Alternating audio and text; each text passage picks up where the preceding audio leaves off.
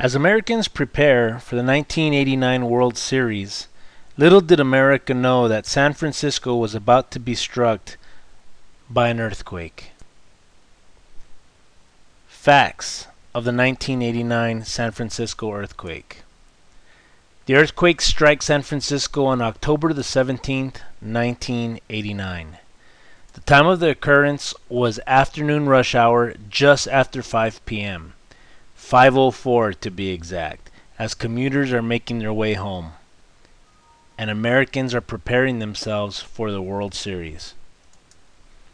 Current events taking place at the time of the incident: the Oakland Athletics and San Francisco Giants had reached the World Series and were scheduled to begin one of their games at 5:30 p.m.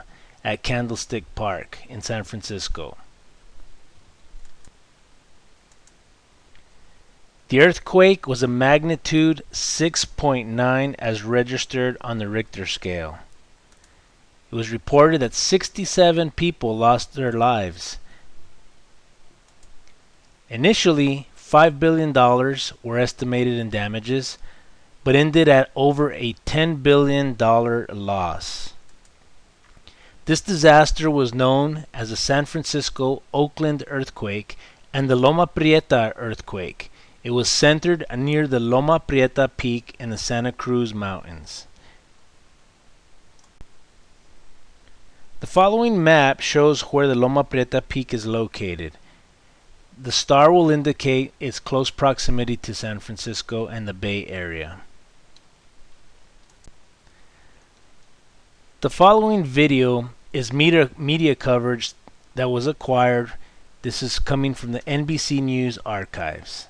Good evening from San Francisco. This is the Marina District neighborhood. It was the hardest hit residential area in San Francisco. It is believed that between 3 and 5 people died in that apartment house right back there. Although I must tell you, most of the damage in San Francisco has been confined to this area, which is about 4 square miles altogether. I made a helicopter tour today of the entire Bay Area, and the greatest damage was right here on the Oakland Bay Bridge and, of course, on Interstate 880.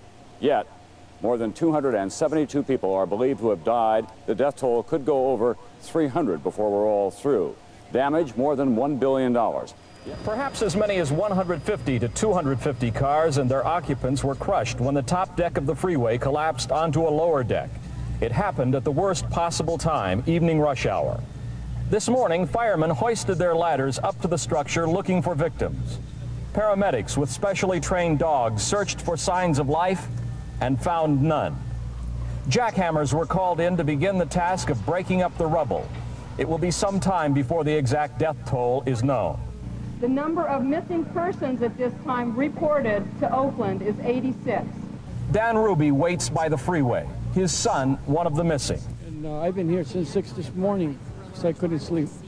So I figured rather than stay up and walk around like a zombie, I just come down here and see if I could do something. Hey, Tim! Yesterday afternoon, just after the collapse, the scene was chaos. Bystanders rushed in to help rescue the victims, risking their own lives in the process. I seen the freeway started dropping, like dominoes, I seen it just start dropping like layers, People were panicking. When we first went in, it was cars that were on fire and smoking, dust all over the place, and people saying, help me, help me. People were dead all around you. It was just too traumatic and awesome of an experience to relate to anyone right now.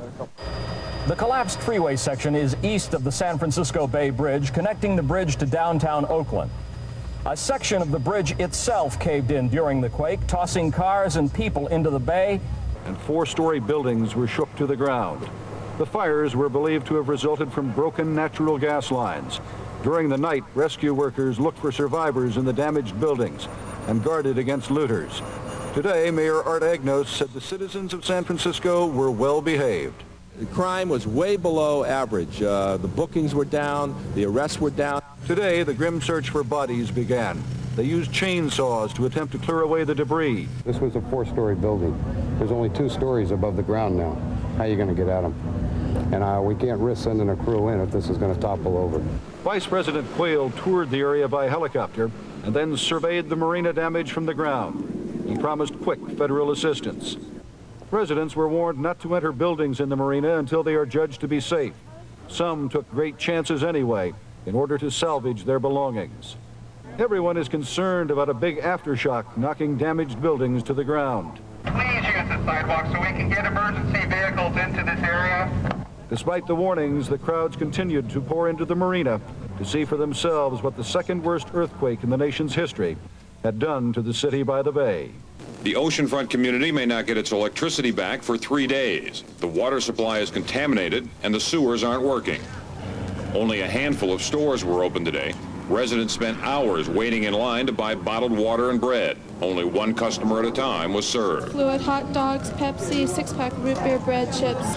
Earthen dam reservoirs, though, in the mountains above the town held. It was the only good news Santa Cruz had. I don't know if this isn't the big one. I don't know what would be left of this town if we got anything bigger than what we had. The National Guard was activated to help police patrol the streets. County officials said damages here, where the earthquake started, would exceed $500 million. Roger O'Neill, NBC News, Santa Cruz. Some of the affected individuals were not only the San Francisco residents, but the entire nation, as this was declared a national disaster and funds were quickly allocated for disaster relief. On a side note, when this incident occurred, I was actually attending the El Paso Fire Academy, my second day on the job. To see this devastation was unreal. The San Francisco Fire Department of Emergency Management created Neighborhood Emergency Response Team, now known as NERT. This was one of the primary lessons that was learned from this event. This team now empowers community members to understand how to respond to and assist community members during earthquake situations, teaching people CPR, first aid, and survival tactics. Surprisingly, NERT has trained well over 24,000 people to date. Because water mains were damaged by the earthquake, the one fireboat that was part of San Francisco Fire Department was instrumental in creating a relay system using the onboard pump to connect to extended hose lines to help extinguish fires. 3 new fireboats have been added to the San Francisco Fire Department since this catastrophic event in 1989, and the community has embraced community preparedness for any future catastrophic events with training and financial support for resources. In this picture, you will see the Loma Prieta Earthquake Memorial.